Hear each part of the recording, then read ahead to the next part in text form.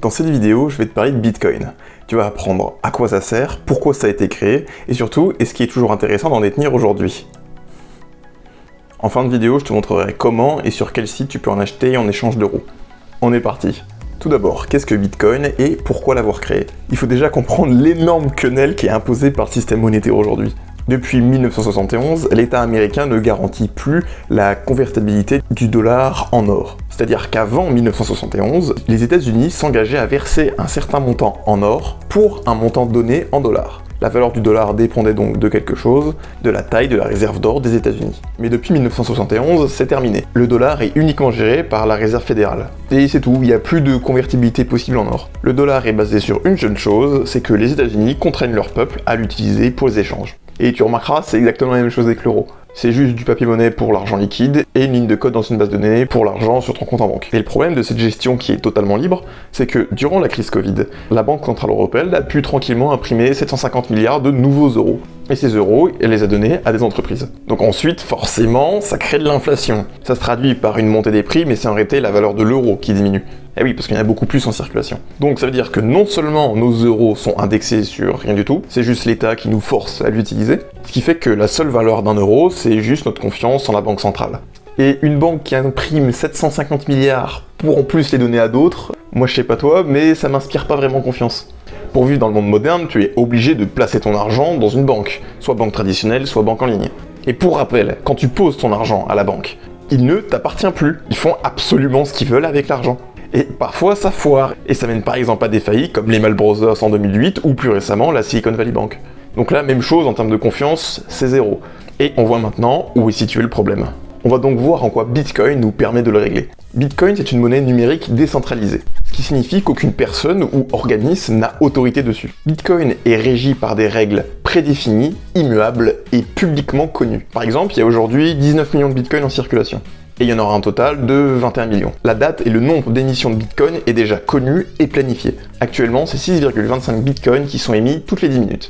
Puis en mars 2024, ça sera 3,125, soit la moitié toutes les 10 minutes. Puis 4 ans plus tard, encore la moitié. Puis 4 ans après, encore la moitié. Jusqu'en 2140, où le dernier Bitcoin sera émis.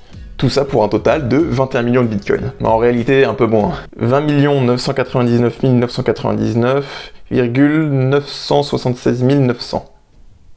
Note qu'il est impossible pour quiconque de s'opposer à une transaction Bitcoin, de bloquer un compte ou de bannir un utilisateur du réseau. Il n'est pas non plus possible de saisir un compte ou de contraindre quelqu'un à faire quoi que ce soit. Et tout ceci de manière totalement sécurisée. Tellement sécurisée que depuis 2009, la création du Bitcoin, il n'y a jamais eu un seul problème de sécurité. Et si un jour le système de Bitcoin venait à être compromis, le système bancaire le serait aussi, et à peu près tous les autres systèmes de sécurité qu'on a, donc ce sera pas notre principal problème. Tu te demandes peut-être maintenant si c'est toujours le moment d'en acheter. Effectivement, on en entend souvent parler, et puis ensuite, plus du tout. Actuellement, Bitcoin est valorisé autour des 30 000 $. Ne t'inquiète pas, tu n'es pas obligé de mettre cette somme si tu veux en acheter. Tu peux acheter simplement des fractions de Bitcoin, donc si tu veux acheter seulement, disons, 100 €, bah tu peux.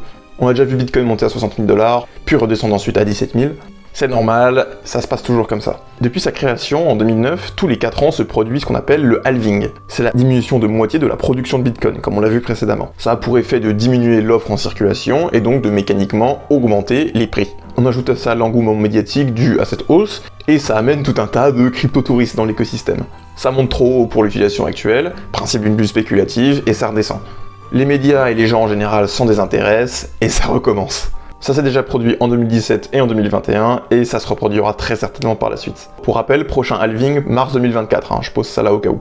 Donc, est-ce que ça vaut le coup d'acheter du Bitcoin aujourd'hui? Bah oui, totalement. C'est toujours le moment de remplacer ces euros inflationnistes par du Bitcoin.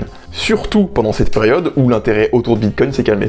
C'est ça, une opportunité. Si comme moi tu penses que Bitcoin est la monnaie dont le futur a besoin, ou que tu es au moins curieux d'en acheter, je vais tout de suite te montrer comment t'en procurer facilement à l'aide du site Binance. Ici, je te précise que Binance sera propriétaire de tes bitcoins en ton nom. Exactement comme une banque traditionnelle, mais pour échanger tes euros sans trop de connaissances, t'as pas vraiment trop le choix au début. Dans une autre vidéo, t'inquiète pas, je te montrerai comment transférer ces bitcoins sur un portefeuille décentralisé. Très bien, donc on est ici sur le site de Binance. Donc première chose, tu vas cliquer sur cet onglet, l'onglet juste ici, acheter des cryptos. Là, j'ai sélectionné dépôt en carte bancaire. Et donc, on arrive sur cette page. Alors ici c'est possible d'acheter ou par virement, ça coûte seulement 1 € de frais, ou par carte bancaire, mais sauf que les frais sont plus élevés, ici c'est quasiment 2%. Si je vais plutôt le faire par virement bancaire, hop, continuer, Ensuite, je saisis mon montant en euros. Donc là, on voit, on peut faire de 2 à... Putain, c'est quoi ça? 1,8 million. Ok, bon, 50 balles. Donc voilà, bon, allez, 51, comme ça j'ai 50 sur mon compte. Hop, continuer. Et ensuite, tu arrives là. Voilà, donc à ce moment-là, ce qu'il faudra, c'est tu prends ces informations qui est ici. Ça va être ça va être l'IBAN sur lequel tu vas devoir faire ton virement, juste ici, avec le nom. Et à partir de là, tu as toutes les informations qu'il te faut ici pour faire un virement. Donc tu vas faire un virement à... Alors pas... Donc là, ça c'est le mien, hein, ça c'est pour mon compte. Hein. Si tu veux me faire un virement, par contre, tu peux faire un virement à ce compte. Non, sinon, alors, tu fais exactement la même procédure. Et tu recevras un IBAN, comme celui-ci. Donc ce sera ton IBAN propre, hein, c'est pas le mien. Et à ce moment-là, tu as juste à faire un virement bancaire, comme tu le ferais naturellement. Tu fais un virement standard. Sinon, avec la carte, bon par contre, c'est 1,8% de frais. Hop, même chose. On entre le montant.